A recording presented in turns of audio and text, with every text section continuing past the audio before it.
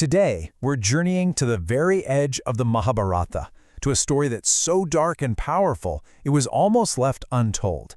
This is the story of a warrior whose power, well, it honestly terrified even the gods. Just imagine that for a second. For 18 straight days of brutal, non-stop combat, a severed head just sits on a hilltop. Its eyes are wide open, and it's watching everything, every single moment of the Great War at Kurukshetra. Now, this isn't just some crazy myth. It's actually a really profound lesson about power, sacrifice, and Dharma. And that's the big question, right?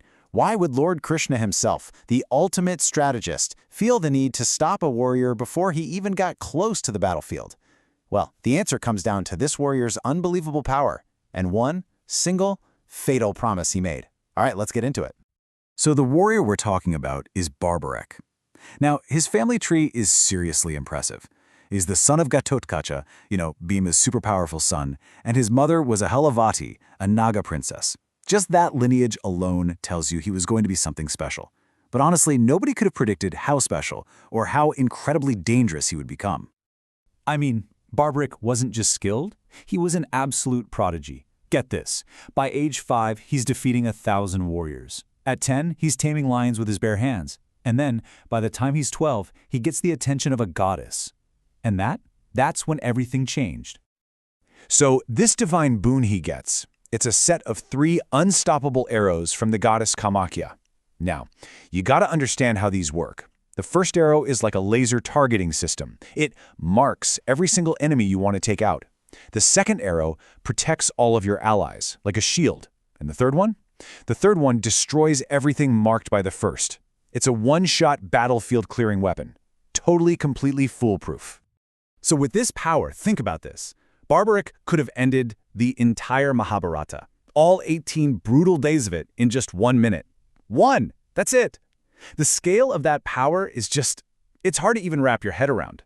He was, and this is no exaggeration, a walking weapon of mass destruction. Okay, so you've got this guy with unbelievable power. As he's heading off to the war, he makes a promise to his mother, and it's a really noble, heartfelt vow. But, and this is a huge but, it has a catastrophic flaw. A flaw so big it threatens to tear apart the very idea of Dharma. And on the surface, this sounds amazing, right? He says, I will fight for the losing side. He wants to be the champion for the underdog, to make sure the weaker side gets justice. It's a beautiful idea. But in a war as messy and complicated as the Mahabharata, it's also a terrifyingly naive promise to make. And of course, Lord Krishna sees all of this coming. He knows Barbarik is on his way, and he knows that vow is a one-way ticket to total annihilation for everyone. So he disguises himself as a simple Brahmin and meets Barbarik on the road. He's there to test not just Barbarik's power, but the logic, or the lack of it, behind that promise. So Krishna, still in disguise, kind of challenges the young warrior's big talk. He lays out what seems like a simple test. See that peepal tree? Pierce every single leaf on it with 1 arrow, but leave just 1 untouched. For Barbarik and his magic arrows, this should be a piece of cake. But for Krishna, well, the checkmate is already in motion. Barbarik, full of confidence, just fires his first arrow, and boom! Just like he said it would, it zips through the peepal tree, instantly marking every single leaf, getting them ready to be destroyed. The system works flawlessly. But here comes the divine twist. Before Barbarik can even think about firing the final arrow, Krishna just casually reaches out, plucks the 1 leaf he wanted spared, and holds it right in his hand. The arrow, bound by its divine power, starts circling Krishna's hand, desperately trying to get to its target. And in that moment, it clicks for Barbarik. This is no ordinary Brahmin. He is standing in the presence of God. And this is where Krishna lays it all out, the huge, fatal flaw in Barbarik's vow. He says, look, let's say you join the Pandavas, because they're the weaker side right now.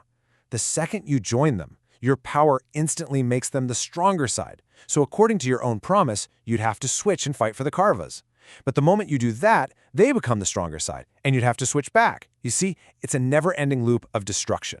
He would just keep switching sides, wiping out armies until every single warrior was dead and he was the only one left standing.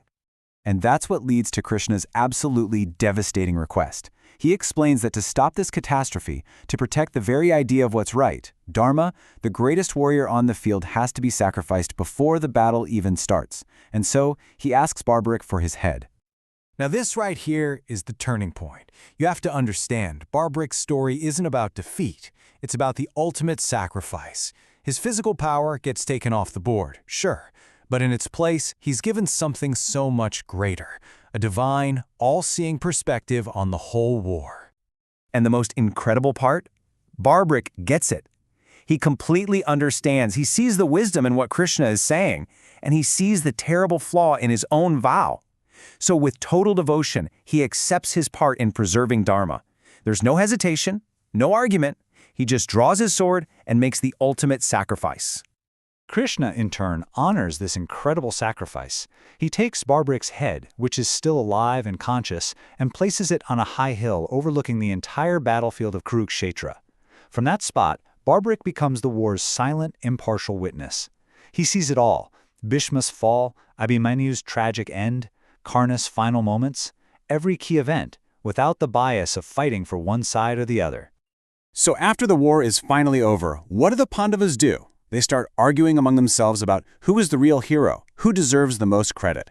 But they're forgetting about the one person who saw everything, from beginning to end. So Krishna leads them up the hill to get the final verdict from Barbarik.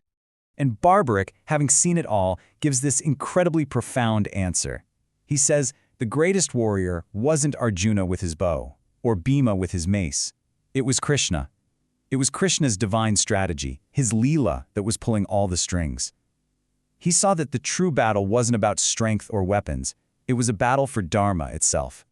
For this incredible sacrifice and his deep wisdom, Krishna grants Barbarik one final boon. He declares that in our current age, the Kali Yuga, people will worship Barbarik by the name Khatu Shyam. That single act of giving his head literally transformed him from a warrior into a deity, a powerful symbol of what it means to be truly devoted. So, what do we take away from all this? Well, a few big things. First, true power isn't just having strength, it's knowing when not to use it. Second, even the best intentions, like Barbarik's promise to help the weak, can cause total chaos if there's no wisdom behind them. And finally, that Dharma, the right path, is always, always bigger than any single person, no matter how powerful they are. And that really leaves us with one last, very challenging question. I mean, we all talk about standing up for what's right, maybe making some sacrifices for the greater good, but a story like Barbarik's, it pushes that idea to the absolute extreme. It forces you to ask yourself, what would you not just fight for, but what would you be willing to give up completely?